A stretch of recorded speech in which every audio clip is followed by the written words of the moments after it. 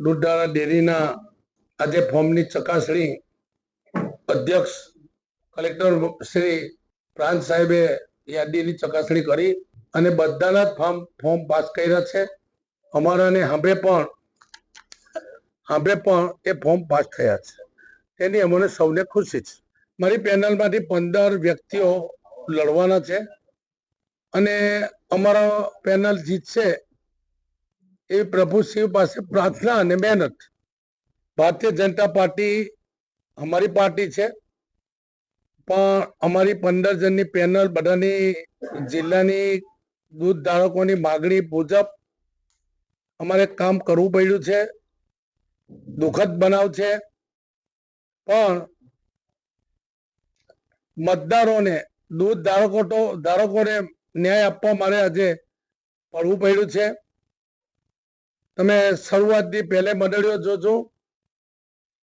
આજે શાકબારામાં 12-13 થઈ ગઈ, ડેડિયાપાડામાં રળબાવી થઈ ગઈ.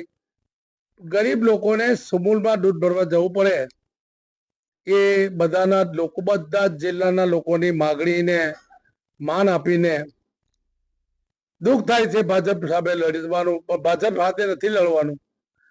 અમારે તો સિદ્ધાંતો ભાજપના છે, એ જ પ્રમાણે અમે આગળ વધવાનું છે. અમારી પેનલ જીતવાની જ છે. હારવાનું જીતવાનું તો ભાગ્યમાં કપાર પર લખ્યું હોય ને, અને સાચી બીજાવાળી પ્રજા છે એ બનવાનું છે, એનો મને વિશ્વાસ છે. આક્ષેપમાં મારે એટલા માટે નથી પડવું, જે કઈ થયું તે ભગવાન જાણે, અને થયું હશે તો પાર્ટી એવી છે કે સત્ય બહાર લાવશે, ઉજાગર લાવશે એવી મને આશા પણ છે. કોઈ નેગેટિવ વાતો નથી કરતો.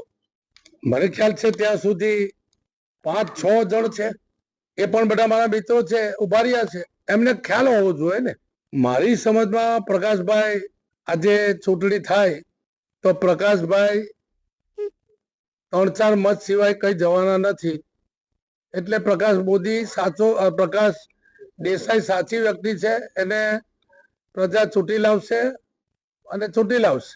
મનસુખભાઈ એક એવી વ્યક્તિ છે, ચોખ્ખી છે, પારદર્શકતા વાળી વ્યક્તિ છે. મનસુખભાઈ પર આભારથી આક્ષેપ ના થાય. અમારો સૌથી વધારે સિનિયર વ્યક્તિ છે. મનસુખ વસાવાના આશીર્વાદ, મનસુખ વસાવાના હાથમાં જે કહે છે ને, કારણ કે મનસુખ વસાવા પણ એક આત્મીય ભાવથી જીવતા હોય, એટલે એમનો હાથમાં સાચું જ કરાવશે. મારે કઈ ખોટું કરવાનું નથી, જરૂર પણ નથી.